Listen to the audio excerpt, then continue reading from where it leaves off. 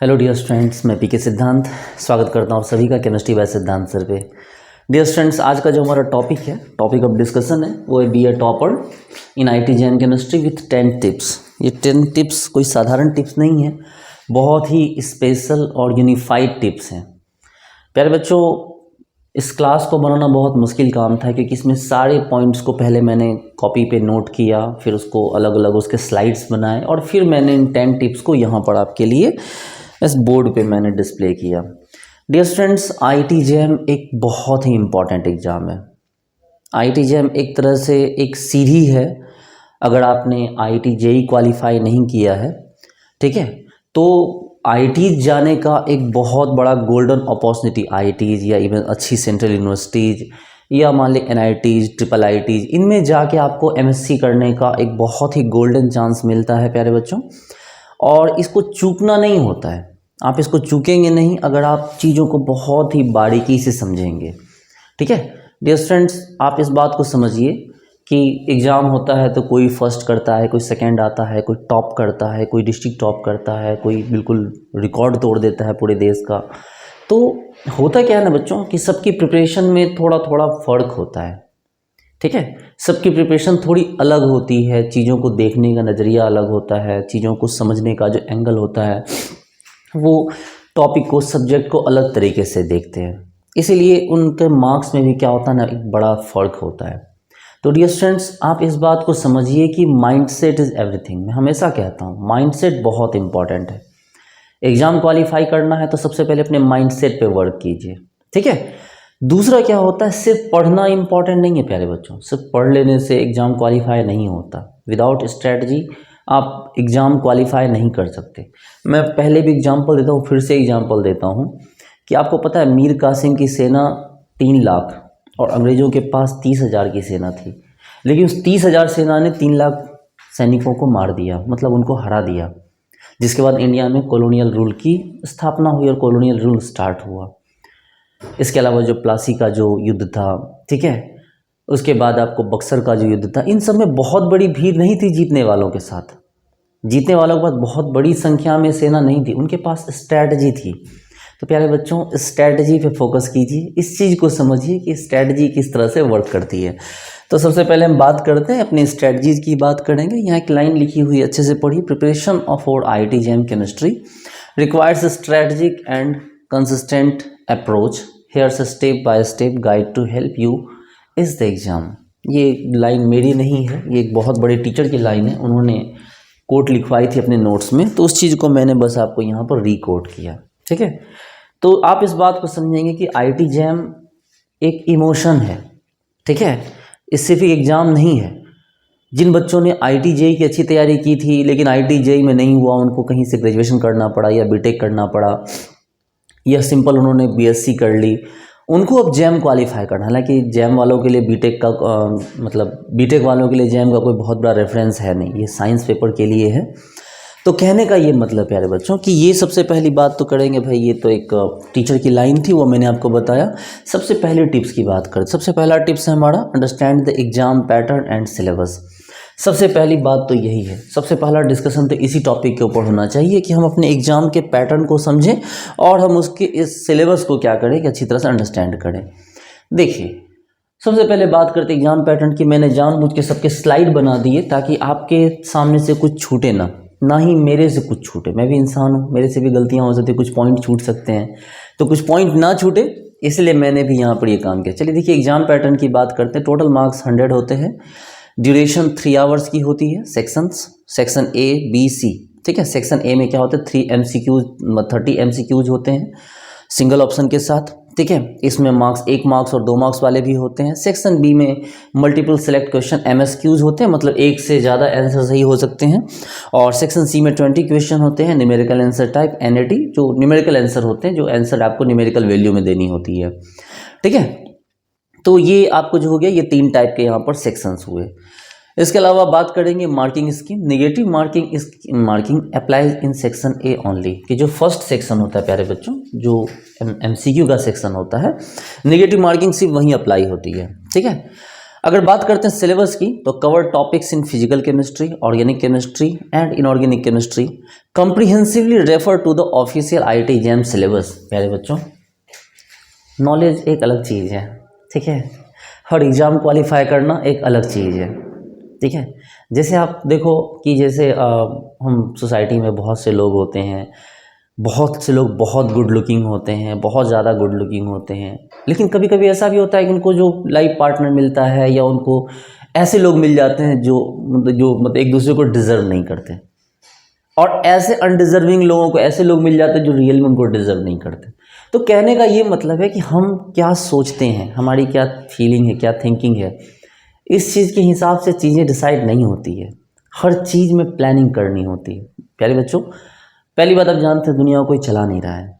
हर चीज़ को स्ट्रैटेजी और प्लान के थ्रू लेके चलेंगे तो आप हर वो चीज़ जीत सकते हैं जो आप चाहते हैं ज़िंदगी में, ठीक है। आपको जो भी चाहिए होगा ज़िंदगी में, आप अपनी स्ट्रैटेजी को लेके चलिए, अपनी ज़िंदगी में चीज़ों को लेके चलिए, एक अच्छा इंसान बनिए, क्योंकि सबसे बड़ी स्ट्रैटेजी तो अच्छा इंसान बनना है। किसी को भी आप ज़िंदगी में चाहते हैं तो सबसे पहले अच्छा इंसान बन जाइए, इससे अच्छी स्ट्रैटेजी और क्या होगी।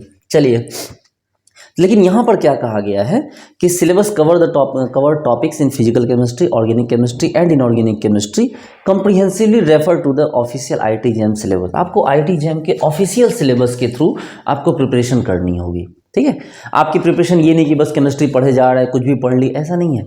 आप आईआईटी जैम के इस पे जाइए, वेबसाइट पे जाइए, वहाँ से आप सिलेबस निकालिए और एग्जैक्टली उस सिलेबस को पूरी तरह से फॉलो कीजिए, ठीक है। आपको सिलेबस को उल्टे पुल्टे तरीके से फॉलो मत कीजिए, नहीं कुछ भी पढ़ लिया।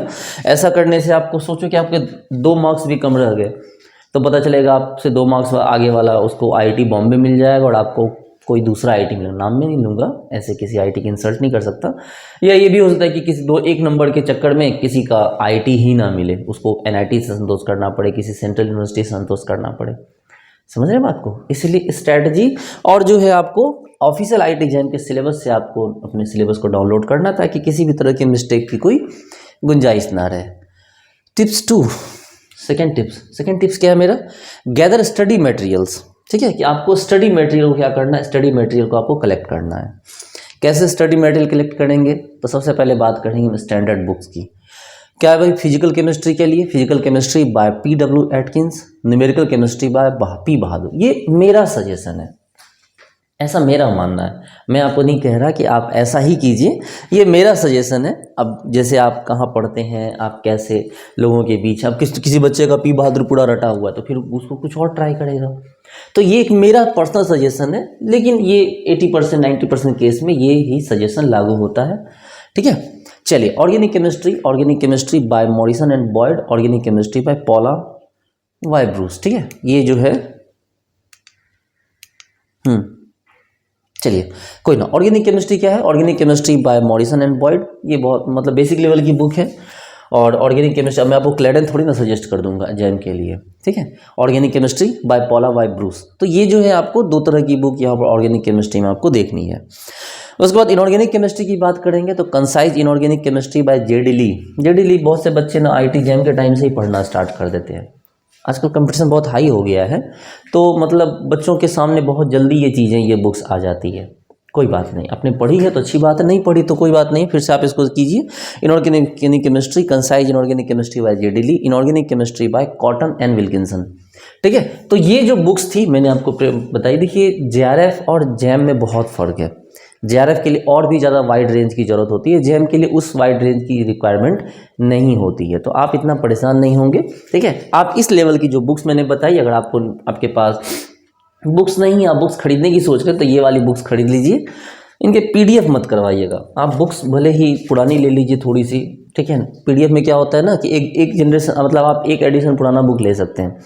PDF में क्या होता है कि PDF अच्छी तरह से आते नहीं, बीच में मिट जाते हैं, उसके पन्नों का अरेंजमेंट अच्छा नहीं होता, उसके बाद जो है बुक्स में कलरफुल इमेजेस नहीं होते, तो क्या होता है ना, इंटरेस्ट इंसान का घट जाता है। चलिए, उसके अलावा और क्या करना है, previously years question paper and mock test, ये तो भाई बहुत इंपॉर्टेंट है, ठीक है। Previous year question paper and mock test, ये बहुत important. IIT JAM preparation guides और कोचिंग मटेरियल इफ़ नीडेड, ठीक है। आईआईटी जैम के लिए जो है मटेरियल आपके पास हो तो अच्छी बात है, अगर ज़रूरत है तो आप उसको ले लीजिए। टिप्स 3 की बात करते हैं। टिप थर्ड क्या है हमारा, क्रिएट अ स्टडी प्लान। सबसे पहले क्या करना है आपको, एक स्टडी प्लान क्रिएट करना है। स्टडी प्लान कैसे क्रिएट करें, देखिए ध्यान दीजिए, allocate specific time slot for physical, organic and inorganic chemistry. आपको क्या करना है ना कि आपको अपनी प्रायोरिटीज चूज करना है। मान लीजिए जैसे ऑर्गेनिक केमिस्ट्री आपकी पहले से स्ट्रांग है, ज़्यादातर बच्चों की ऑर्गेनिक केमिस्ट्री अच्छी होती है, तो आपको थोड़ा सा क्या करना है, उसको टाइम थोड़ा रिड्यूस कर देना है। फिजिकल केमिस्ट्री वीक है तो उसके टाइम को थोड़ा बढ़ा दीजिए। मेरे गुरु जी अजय कुमार इनऑर्गेनिक केमिस्ट्री में जनरली कोऑर्डिनेशन केमिस्ट्री पढ़ाते हैं, वो क्या कहते थे ना, वो कहते थे कि जो टॉपिक तुम्हें भारी लगता है पहले उसी को उठा के पटक दो, उसी से भिड़ जाओ। ठीक है, कहने का ये मतलब है कि जो टॉपिक हमें डिफिकल्ट लगता है पहले, अगर हमारे पास टाइम है 6 महीने साल भर का, तो जो टॉपिक ईजी है उसको बार बार रिपीट मत करो, वो तो है आपके पास। जो टॉपिक डिफिकल्ट है उस पर पहले काम करो। जैसे किसी बच्चे को क्वांटम केमिस्ट्री डिफिकल्ट लगता है और ओएमसी कोऑर्डिनेशन उसकी अच्छी है, तो बार बार ओएमसी कोऑर्डिनेशन को रिवाइज करने की जरूरत नहीं है। आप पहले क्वांटम पे वर्क कीजिए, क्वांटम पे वर्क कीजिएगा तो ऑटोमेटिकली थर्मोडायनेमिक्स भी अच्छी हो जाएगी, स्टैटिस्टिकल थर्मोडायनेमिक्स भी अच्छी हो जाएगी। ठीक है, तो कहने का ये मतलब है कि आपको क्या करना है कि सबसे पहले उसको एलोकेट करना होगा टाइम भाई, कितना घंटे आपको फिजिकल केमिस्ट्री पढ़ना है, कितना ऑर्गेनिक केमिस्ट्री, कितना इनऑर्गेनिक केमिस्ट्री, और इसको बहुत ही ईमानदारी से बिल्कुल 100% इसको फॉलो अप करना है। ये नहीं कि भाई टाइम दे दिया और अपने हिसाब से कुछ भी किए जा रहे हैं। उसके बाद कह रहे हैं dedicate more time to weaker areas, जो मैंने भी कहा। Divide the syllabus into daily, weekly and monthly goals, ये बहुत इंपॉर्टेंट है। मेरे बच्चों पता है, जैसे जब क्रिकेट चलता है तो जब बैट्समैन के सामने बहुत बड़ा स्कोर आ गया, मान लो बैट्समैन को बहुत बड़ा स्कोर अचीव करना है, बहुत बड़ा स्कोर फेस करना है, तो पता है वो क्या करते हैं, आप उनकी स्ट्रेटजी जानोगे, वो जनरली स्ट्रेटजी अपनी बताते भी हैं क्रिकेटर। सबसे पहले क्या होता है, उनको टिकना होता है 10 रन तक। ठीक है, क्रिकेटर दिमाग में जाता है कि हमें पहले 10 रन तक रुकना है। 10 रन तक जब वो बन जाता है, उसके बाद अगला टारगेट रहता है कि हमें 30 रन तक बनाने हैं, 30 रन तक हमें आउट नहीं होना। सावधानी से वो 30 रन तक खेलता है, फिर बोलता है अब हमें 50 मारनी है, फिर वो 50 मारता है, फिर वो बोलता है कि अब जो है हमें 80 रन बनाने हैं, तो फिर वो क्या करता है 50 में 30 80 बनाता है। वहाँ तक पहुँच गया तो बोलता है कि अब हमें पहले 95 तक पहुँच जाना है पहले, तो वो क्या करे 95 तक पहुँच जाता है। फिर जब वो 95 तक पहुँच जाता है, आप देखते हैं जनरली कोई भी सेंचुरी पे छक्का नहीं मारता, फिर उसे चलो पहले इस 5-6 रन को पार कर लो, पहले इस 5 रन को बना लो, फिर वो 95 से 100 बनाता है। फिर इस तरह से कहने का मतलब ये है कि वो स्टेप बाय स्टेप आगे बढ़ता है, समझ रहे हैं, वो स्टेप बाय स्टेप क्या करता है, आगे बढ़ते जाता है। तो वही चीज़ है कि आपको क्या करना, divide the syllabus into daily, weekly and monthly goals. आपको अपने गोल्स जो हैं वो टाइम के अकॉर्डिंग आपको क्या करने होंगे, सेट करने होंगे। ठीक है, चलिए टिप्स नंबर 4, मास्टर की कंसेप्ट्स। ठीक है, मास्टर की कंसेप्ट्स क्या सेंस है इसका, कि जो आपके कंसेप्ट हैं गौर से देखिए। Physical chemistry, focus on topics like thermodynamics, quantum chemistry, chemical kinetics and electrochemistry, practice numerical problems regularly. देखिए ये जो है ये मेजर टॉपिक है फिजिकल केमिस्ट्री के। ये फिजिकल केमिस्ट्री क्या है, मेजर टॉपिक है। कौन कौन सा, जैसे आपको क्वांटम है, ठीक है, थर्मोडायनेमिक्स है, इलेक्ट्रो है, काइनेटिक्स है, तो ये सब आपके मेजर टॉपिक है जो आपको अच्छा खासा पूछते हैं। तो आपको इनको की पॉइंट, ये देखो ना क्या लिखा हुआ है, यह लिखा हुआ मास्टर की कंसेप्ट, कि जो आपके की टॉपिक हैं उनको पहले आप मास्टर कर लीजिए, कि उसमें कोई भी क्वेश्चन आए, क्योंकि जिससे क्वेश्चन ज़्यादा पूछते हैं उन पे मास्टर करना जरूरी है, क्योंकि उससे तभी तो आप उनसे मतलब आपके जो क्वेश्चन जो छूटते हैं उसके चांसेस क्या होंगे, कम होंगे, कि आपके कम मार्क्स छूटेंगे। तो सबसे पहले ये तो बड़ा इंपॉर्टेंट है। ठीक है, चलिए नेक्स्ट है आपका ऑर्गेनिक केमिस्ट्री में क्या करना है, understand reaction mechanism, stereo chemistry and name reaction, practice structure based questions. प्यारे बच्चों, बहुत ये जो लाइन है ना, ये जो लाइन है, ये लाइन बहुत इंपॉर्टेंट है, स्ट्रक्चर बेस्ड क्वेश्चन, क्योंकि पूछता भी तो यही है, स्ट्रक्चर बेस्ड क्वेश्चन। आपको फंसा दिया जाता है, बॉन्ड दाएं से तोड़ो कि बाएं से तोड़ो, लेफ्ट अटैक करेगा कि राइट अटैक करेगा, ये चीज़ें बहुत कंफ्यूजिंग होती है। ठीक है, ये चीज़ें बहुत कंफ्यूजिंग होती है। आपको मेरे यूट्यूब पे प्लेलिस्ट पड़ा हुआ है 5 सेकंड का, उस पर देखना चाहिए। हालांकि बहुत जल्दी हम लोग IIT-JEM का भी सिलेबस लॉन्च कर रहे हैं, अभी किया नहीं है, बहुत जल्दी लॉन्च कर रहे हैं। ठीक है, 2025 में ही लॉन्च हो जाएगा हमारा। वीडियोज़ रिकॉर्डिंग जो है उसकी चल रही है, क्योंकि जो भी करेंगे उसको बहुत ही अच्छे से और बहुत बड़े स्केल पे करेंगे।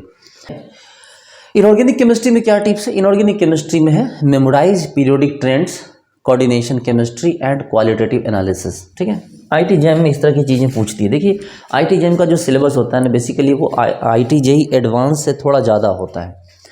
जिस बच्चे ने IIT-JEE एडवांस की तैयारी की है उसके लिए ये थोड़ा सा और ईजी होगा। तो इसमें टॉपिक के क्वेश्चन भी होंगे ना, वो उसी टाइप के होते हैं, JEE एडवांस वाले ही क्वेश्चन होते हैं, लगभग उससे थोड़े ज़्यादा होते हैं, लेकिन पैटर्न ऑलमोस्ट वही होता है।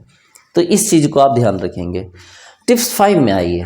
टिप्स 5 क्या कहता है, देखिए मेरे सारे टिप्स को आप अच्छी तरह से दिमाग में बिठा के रखिए। टिप्स 5 कहता है प्रैक्टिस रेगुलरली, रेगुलर प्रैक्टिस।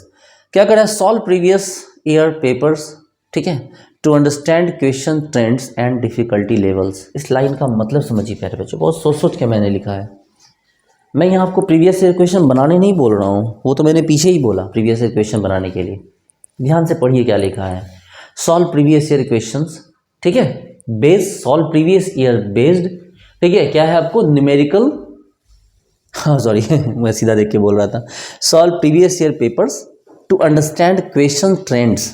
आपको प्रीवियस ईयर क्वेश्चन बनाने के लिए नहीं बनाना, एक बार आपको समझने के लिए बनाना है कि ट्रेंड क्या है क्वेश्चन का, ठीक है। ट्रेंड बहुत इंपॉर्टेंट चीज़ होती है। क्रिकेटर होता है ना, वो पिच पे जाता तो पहले पिच को परखता है कि बॉल कैसी आती है, स्विंग कितना करेगी, ठीक है, ये बॉल डक करके कितना मारा जा सकता है, ग्लांस किया जा सकता है कि नहीं, ठीक है, इसको स्लिप में मारा जा सकता है कि नहीं, बॉल कितना स्विंग कर रही है, कितना ओवर पिच गिरेगी तो कितनी उठेगी। तो ये चीज़ें पिच देख के जो होती है लोगों को अंदाजा लगता है। और आपकी पिच क्या है, प्रीवियस ईयर क्वेश्चन। जब आप प्रीवियस ईयर क्वेश्चन को शांति से देखेंगे, समझेंगे, तो आपको दिख जाएगा कि हाँ इसके क्वेश्चंस के टाइप क्या हैं, तो आपको वहाँ से चीज़ों को समझने में आसानी होगी। Attempt mock test to improve speed and accuracy, ठीक है। आपको क्या करना, ऑब्वियसली बात है, मॉक टेस्ट देने हैं, लेकिन मॉक टेस्ट देने का बेनिफिट क्या होगा, इम्प्रूव स्पीड एंड एक्यूरेसी। देखिए क्वेश्चन तो बनाने वाले बहुत लोग होते हैं, लेकिन बात तो टाइम की होती है ना। 60 क्वेश्चन आपको बनाने 3 घंटे में, और ये आपको लगता है कि कुछ भी नहीं है, लेकिन ऐसा नहीं है, टाइम लगता है।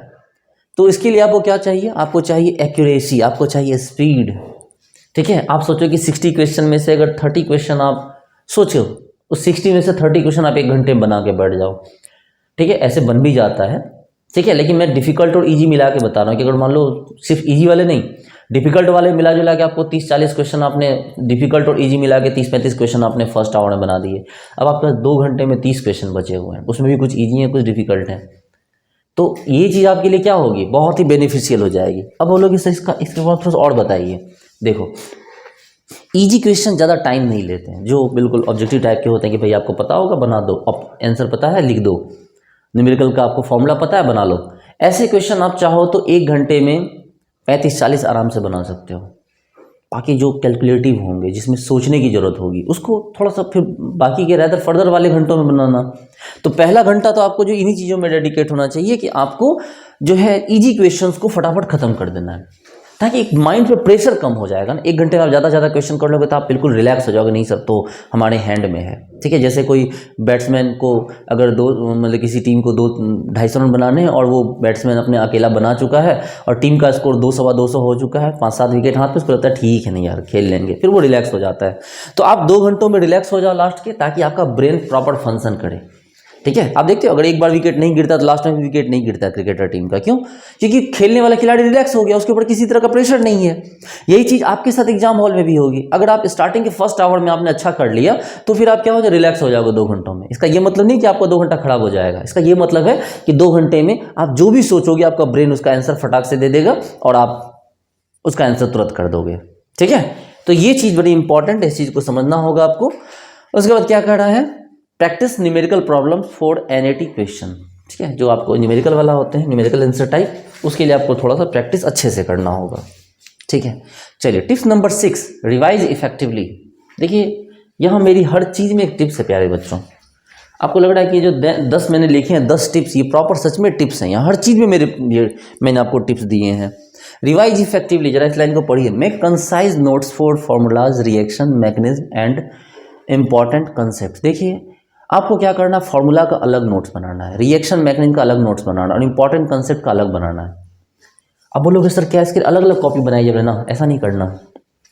3-4 पेन रखना, रेड पेन से सिर्फ फॉर्मूला लिखना, ब्लू पेन से सिर्फ कॉन्सेप्ट लिखना, ग्रीन पेन से सिर्फ जो है आपको कंसेप्ट, मतलब आप समझ रहे हो ना, जो इंपॉर्टेंट पॉइंट होते हैं वो लिखना। एक पेन से फॉर्मूला लिखना, दूसरे पॉइंट से पेन से इंपॉर्टेंट पॉइंट लिखना, तीसरे से आपको क्या करना, कंसेप्ट लिख देना। तो इस तरह से क्या होगा, एक ही कॉपी में आपके जो नोट्स होंगे वो अच्छे नोट्स तैयार होंगे, ठीक है। एक ही कॉपी में आपके पास क्या होंगे, अच्छे नोट्स तैयार हो जाएंगे। चलिए, revise regularly focusing on high weightage topics. ये चीज़ मैं बार बार बोल रहा हूँ कि आप क्या कीजिए, आपका रिवीजन ऐसा होना चाहिए कि जो हाई फोकसिंग टॉपिक हो, ठीक है, जिससे मार्क्स ज़्यादा पूछे जाते हैं, उन पे आपको ज़्यादा फोकस करना। वो तो मैंने आपको पहले ही बताया। फिजिकल के, ऑर्गेनिक, इनऑर्गेनिक, जो जिस पे ज़्यादा फोकस होता है एग्जाम का, ज़्यादा मार्क्स वाले क्वेश्चन आते हैं, उस पर आपको क्या करना है, प्रॉपर फोकस करना है, ठीक है, उसमें आपको ज़्यादा आपको स्कोर करना है। यूज फ्लैश कार्ड और मेमोनिक्स फॉर मेमोराइजेशन। क्या मतलब है इसका? इसका मतलब ये है कि जैसे आप ये रखते हैं, कॉपी रखते हैं ना, तो आप फ्लैश कार्ड रखिए। फ्लैश कार्ड नहीं तो होते हैं वो जो ऐसे ये होता है, इस टाइप का फ्लैश कार्ड होता है, मैं आपको बताता हूँ, ऐसे होता है, ऐसे ये बॉक्स होता है, इसमें 3 टाइप की पट्टी होती है, लाल, हरा, ग्रीन, मतलब ठीक है, लाल, ब्लू, हरा, ग्रीन, इस टाइप से होती है, पीले। इनको उखाड़ो एक, और उखाड़ के चिपका दो और उसको अपने पॉइंट को लिख दो, ठीक है, अपनी चीज़ों को उस पर लिखने की आदत डाल। इसका बेनिफिट क्या होगा कि आपको अगर किसी टीचर से आप पढ़ रहे हो तो वहाँ पर आपको वो क्वेश्चन पूछने में आसानी हो कि सर यहाँ पर ये पॉइंट कैसे अटक गया। जैसे आपने पढ़ा, क्लास नोट्स बनाया, आप घर आए, घर पे आके जब आप रिवीजन कर रहे हो तो वो वाला पॉइंट आपको समझ ही नहीं रहा हुआ कैसे, एक फ्लैश कार्ड चिपकाओ, उसके ऊपर लिख दो कि यहाँ क्या प्रॉब्लम है। आपको पता है ये फ्लैश कार्ड का यूज़ ना बहुत बड़े बड़े लेवल पे होता है। जब किसी फाइल को इंपॉर्टेंट बनाना होता है, किसी सीनियर पदाधिकारी का साइन चाहिए होता है, तो फ्लैश कार्ड लगा के उसमें टिक कर देते हैं कि सर यहाँ साइन करना है। एक फाइल को 5 लोगों को भेजना है, और जो जूनियर है, जिसको जो असिस्टेंट है, उसने क्या किया, अपने अपने फ्लैश लगा दिए, लिख दिया फलाना, फिर इसे फलाना वाले सर, इन 3 पेजेस फलाना वाले सर करेंगे, इन 4 पेजेस पे चिलाना वाले सर करेंगे। तो फ्लैश कार्ड का बड़ा इंपॉर्टेंस होता है। आप भी इसको यूज़ किया कीजिए फ्लैश कार्ड को, ठीक है। तो फ्लैश कार्ड नेमोनिक्स लगा के आप इसको यूज़ कर सकते हैं। चलिए नेक्स्ट हमारा टिप्स 7 बहुत इंपॉर्टेंट है, टाइम मैनेजमेंट। बहुत इंपॉर्टेंट पॉइंट है टाइम मैनेजमेंट हमारा। क्या करें, during preparation set realistic time lines. देखिए हवा में मत उड़िएगा, ठीक है, हवा में मत उड़िए। आपको अगर अपने बारे में पता है कि आप क्वांटम की रिवीजन 1 हफ्ते में कर सकते हैं, मतलब आपने पढ़ा है पहले 3-4 महीने 5 महीने हो गए हैं, और आप जान रहे हैं क्वांटम की जो रिवीजन आप 1 हफ्ते में कर सकते हैं, तो आप उसको 5 दिन रखना।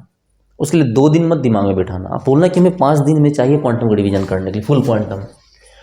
आप सोच रहे कि ठीक है अपनी प्रैक्टिस, ठीक है प्रैक्टिस होगी तो एक दिन क्या 3-4 घंटे काफ़ी है, लेकिन मान लो आपकी लंबे समय से प्रैक्टिस छूटी हुई है, तो आप 5 दिन का टाइम ले लो। अगर ऐसा है कि नहीं आपने रिसेंटली पिछले मंथ रिवीजन किया था, तो 4-5 घंटे का टाइम ले लो। जैसा भी आप रिवीजन करना चाहो, बिल्कुल रियलिस्टिक टाइम होना चाहिए। वो आपकी कैपेसिटी है कि आप कितना टाइम उसको रिवाइज करते, ये आपकी कैपेसिटी। कोई आपको ये चीज़ सजेस्ट नहीं करने जाएगा। आपको कोशिश करनी कि प्रॉपर रिवीजन हो, चीज़ों को अंडरस्टैंड करो, ठीक है। और रिवीजन तो आपका क्लास स्टार्ट होने के तुरंत बाद ही हो जाना चाहिए, क्योंकि रिवीजन जब आप लगातार करोगे तो क्लास में टीचर ने क्या बोला था, क्या सिखाया था, वो सारी चीज़ें आपको याद रहेंगी। अगर आप इन चीज़ों को मिस करोगे तो फिर 2-3 महीने बाद रिवीजन करोगे तो आपको याद भी नहीं आएगा कि टीचर ने क्या क्या बोला था, ठीक है। तो इन चीज़ों का आपको ध्यान रखना है। During the exam allocate time in wisely among sections, attempt NET questions last as they may take more time. ये कह रहा है कि जब आप एग्जाम देने जा रहे हो, ठीक है, तो एग्जाम देने में क्या करना है कि मैंने वही कहा ना कि जो इजी क्वेश्चन को फटाफट पहले बनाना, जो इजी सेक्शन होंगे उसको क्या करना, पहले बना लेना, न्यूमेरिकल को बाद के रखना। क्योंकि न्यूमेरिकल में क्या होगा ना, वो टाइम लैप्सिंग होता है। हो सकता है कि न्यूमेरिकल आपसे बने, होता है कि ना बने तो आंसर ही गलत आ जाएगा, फिर आप परेशान हो जाओगे, इतना क्वेश्चन बचा हुआ है, 40 क्वेश्चन 30 क्वेश्चन पता चलेगा आपको। न्यूमेरिकल पहले बनाने लगे तो पहले 1 घंटा में 20 क्वेश्चन बना, बोले मेरे पास टाइम भी नहीं है और 40 क्वेश्चन बचे हैं, फिर आप हड़बड़ा, ऐसे 1 घंटे में 20 क्वेश्चन होगा नहीं, वो टाइम ज़्यादा ही ले लेगा, ठीक है। हालांकि वो तो आपकी तैयारी पे डिपेंड करती है कि आपकी प्रिपरेशन कैसी है। मेरे कहने का ये मतलब है कि इजी क्वेश्चन को हमेशा पहले अटैम्प्ट लेना, ताकि आपका दिमाग फंसे नहीं। 3 घंटे का टाइम है, पहले घंटे दिमाग फंसा दोगे तो 2 घंटे में दिमाग खुलेगा नहीं। देखो दिमाग के धागे होते हैं। सोचो कि जब हम घर पे होते हैं, रात में कोई मैथ का क्वेश्चन बना तो नहीं बनता, सो जाते, सुबह अपने आप बन जाता है। किसी आदमी का नाम याद करें, क्या नाम है, याद ही नहीं आता, फिर अचानक किसी दिन और याद आ जाता है। तो दिमाग की गांठें खुलती है, उलझती है। तो 3 घंटे में आप पहले अपने दिमाग की गांठ को उलझा लोगे तो 2 घंटे आपके बर्बाद हो जाएंगे, फिर आपके दिमाग को हील होने का, बैलेंस होने का टाइम नहीं मिलेगा। समझ रहे प्यारे बच्चों? इसलिए आप ये गलती मत करना, पहले आप इजी क्वेश्चन सॉल्व करना, बाद में आप डिफिकल्ट क्वेश्चन सॉल्व करना। कुछ लोग क्या करते हैं, बिल्कुल सोचता रहे जो एक लाइन से, ये वैसे बच्चे फर्स्ट सेकेंड अटेम्प्ट मिस कर जाते हैं। क्या बोल रहा हूँ, समझा मैंने क्या बोला? कुछ बच्चे एक तरफ से बनाते हैं क्वेश्चन, नहीं करना है ये काम, नहीं करिए, काम मत कीजिए। आप पढ़िए, देखिए आपको समझ में आ जाएगा कि कौन क्वेश्चन क्या कह रहा है, ठीक है। हाँ, आपकी तैयारी भी उस टाइप की होनी चाहिए। अब आपने तैयारी की है, 2 महीने एग्जाम देने पहुंच गए, जो मेरे पे ये सारे फॉर्मूला क्यों नहीं अप्लाई हो रहे हैं, तो वो होंगे भी नहीं। चलिए tips number 8, stay consistent and motivated. देखिए अभी जो मैंने बोला वही लाइन आई। देखिए make concise notes for formulas, reaction mechanism and important concept, revise regularly, focusing. अच्छा ये तो मैंने अभी जस्ट लिख दिया था, कोई बात नहीं ये दोबारा आ गया, कोई बात नहीं। इसमें देखते हैं जॉइन स्टडी ग्रुप, ठीक है, फॉर्मूलाज टू डिस्कस डाउट्स, ठीक है। ये फॉरम से मैंने बताया था ना, यहाँ से वो लाइट, ट्यूबलाइट की लाइट दिखती है तो यहाँ से दिखता नहीं है।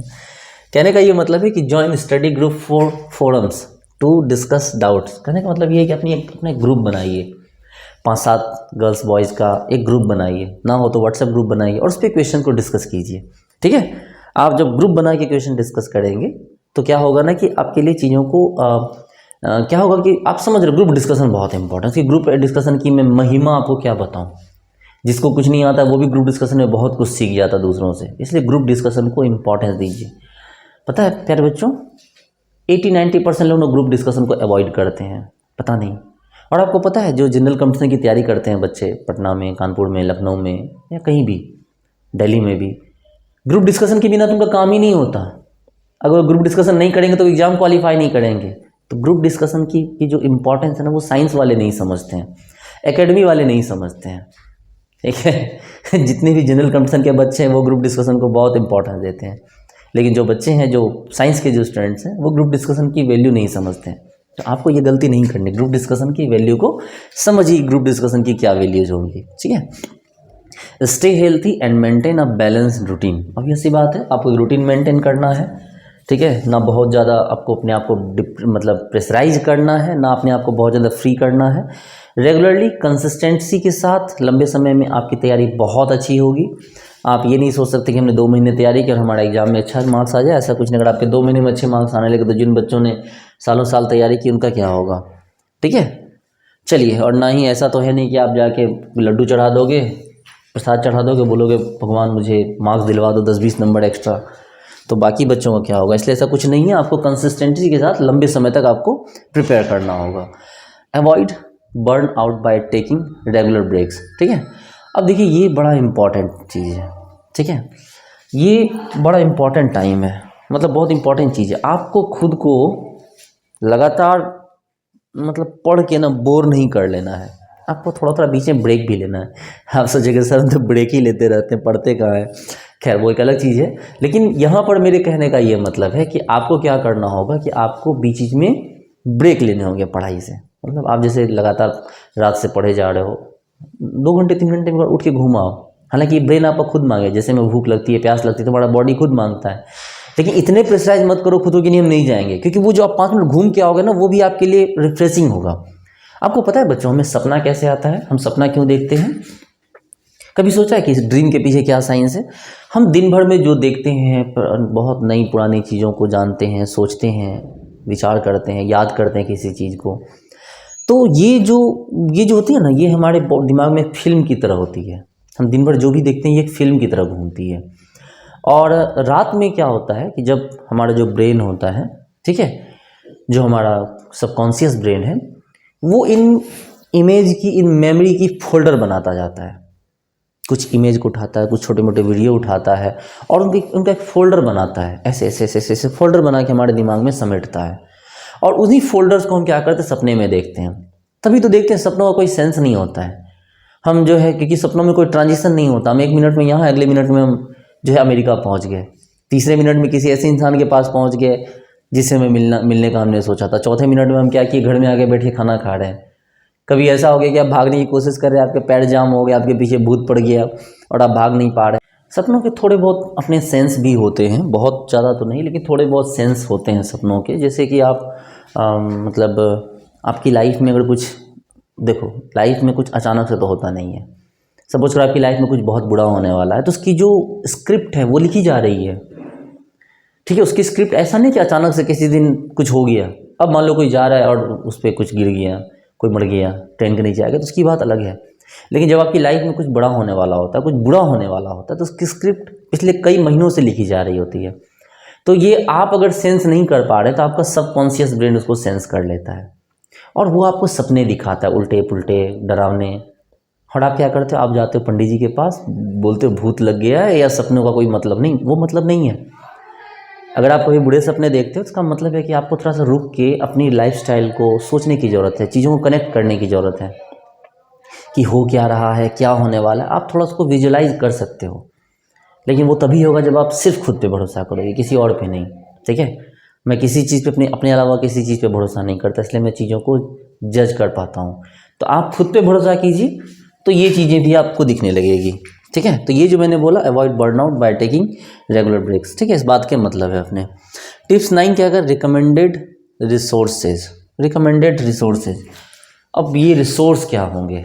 रिसोर्स जैसे आप किसी के वीडियो देख सकते हो, कोई क्लास ज्वाइन कर सकते हो, किसी को फॉलो अप कर सकते हो। ठीक है, टीचर से आप रिकमेंडेशन ले सकते हो। तो आपको एक बेटर रिकमेंडेशन की ज़रूरत है, बेटर गाइडलाइन की ज़रूरत है। वो आपको तलाश करनी होगी कि ये गाइडलाइन ये आप कहाँ से उठाओगे, कहाँ से लोगे। ठीक है, तो ये आपको गाइडलाइन आपको अपनी लेनी होगी। चलिए, उसके बाद हमारे पास लास्ट है टिप्स 10, इवेल्युएट प्रोग्रेस। ये सबसे फाइनल चीज़ है, इसी को हम लोग बोलते हैं सेल्फ असेसमेंट। आप लाइफ में क्या कर रहे हो, खुद को बीच बीच में करेक्ट करना क्या होता है, ज़रूरी होता है।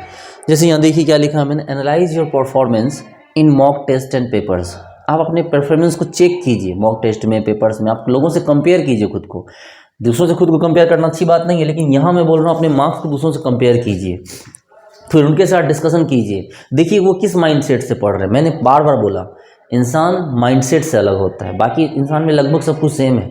Intelligence directly proportional to mindset. कोई भी इंटेलिजेंट इंसान है, उसका माइंडसेट बड़ा क्लियर है। अगर किसी इंसान का माइंडसेट कंफ्यूजिंग है तो वो इंटेलिजेंट नहीं हो सकता। आप इस बात को मेरे से लिखवा लो। ठीक है, दूसरा पॉइंट क्या करा, work on weak area before the final exam. Very good. ठीक है, आपको फाइनल एग्जाम से पहले अपने जो वीक पोर्शन है उसको थोड़ा तैयार कर लेना चाहिए। मैंने पहले लिखा टॉपर, मैंने पहले लिखा ये टॉपर कैसे बने, ये लाइन बड़ी इंपॉर्टेंट है। अब आप एग्जाम के 10 दिन पहले आप उन टॉपिक को कवर करने की कोशिश कर रहे हो जो आपने पढ़े ही नहीं है या बहुत वीक है, उनको छोड़ दो। आपको एग्जाम क्वालिफाई करना, इस लाइन को इग्नोर करो। लेकिन अगर आपको एग्जाम में टॉप करना है तब इस लाइन को भी ध्यान दो। Work on weak areas before final exam, जो आपके वीक पोर्शंस रह गए हैं एग्जाम के एंड पहले भी उनको देख लो, उनको कवर कर लो। ठीक है, बाकी उम्मीद करता हूँ आपको सारी बात समझ में आई होगी। Best of luck for your exam. आप किसी भी एग्जाम की प्रिपरेशन करते हो उसके लिए आपको best of luck and thank you so much. ठीक है प्यारे बच्चों, किसी भी तरह का कोई इशू हो, किसी भी तरह की कोई दिक्कत हो, मेरा नंबर डिस्क्रिप्शन बॉक्स में है। ठीक है, मेरा नंबर डिस्क्रिप्शन बॉक्स में डाला हो, आप फ़ोन कर सकते हैं। मैंने अगर एट ए टाइम नहीं देखा मैं आपको रिप्लाई करूँगा। लेकिन किसी भी तरह की आपको कन्फ्यूजन हो, स्टडी रिलेटेड कोई आपको इशूज आ रहे हो, तो आप मेरे से बात करके आप अपना कन्फ्यूजन दूर कर सकते हैं। ठीक है, तो प्यारे बच्चों, thank you so much, bye.